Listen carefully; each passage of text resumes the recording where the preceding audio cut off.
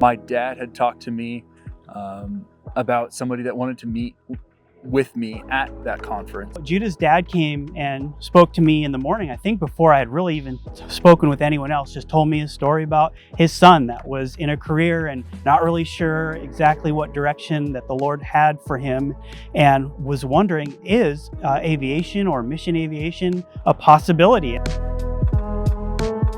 I was unsure of where I was going for my career path, and the guy from Missionary Aviation Fellowship wanted to help me kind of figure out where I was going and help me find a path that would be good for aviation. What was neat was I wanted to spend a little more time with him just because he wanted to share his heart. So we were able to go on a walk around the conference on the river and just to hear his testimony, his heart with how he's been serving the Lord, what he feels like the Lord's doing in his life. And I could really tell right away that he just had a heart for Jesus, about sharing him to others, about how to serve him and the giftings and skills. And so just wrestling through, here's my skills, but what can I do for the Lord? And so it was really cool to kind of explore those things and then, give some options and ideas of what would it look like to use the skills that God's already given you in the aviation context.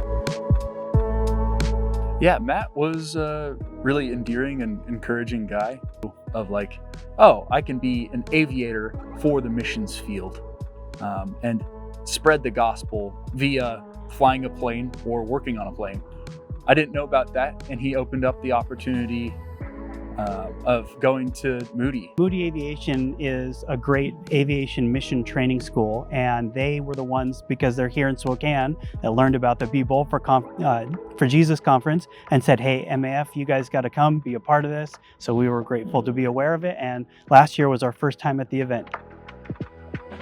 There's a lot of ways where this was orchestrated by God, I believe. It wasn't just a circumstance where my dad happened to be at the event and he happened to meet a guy with MAF and happened to be around Moody.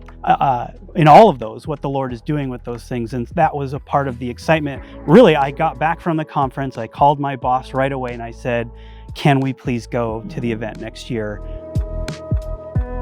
I've definitely grown stronger in my faith.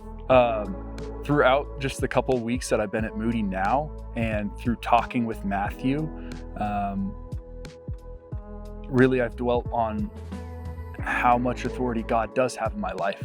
Now I understand that I'm not the authority. I'm a steward of God's creation, and that He has called me to do great things.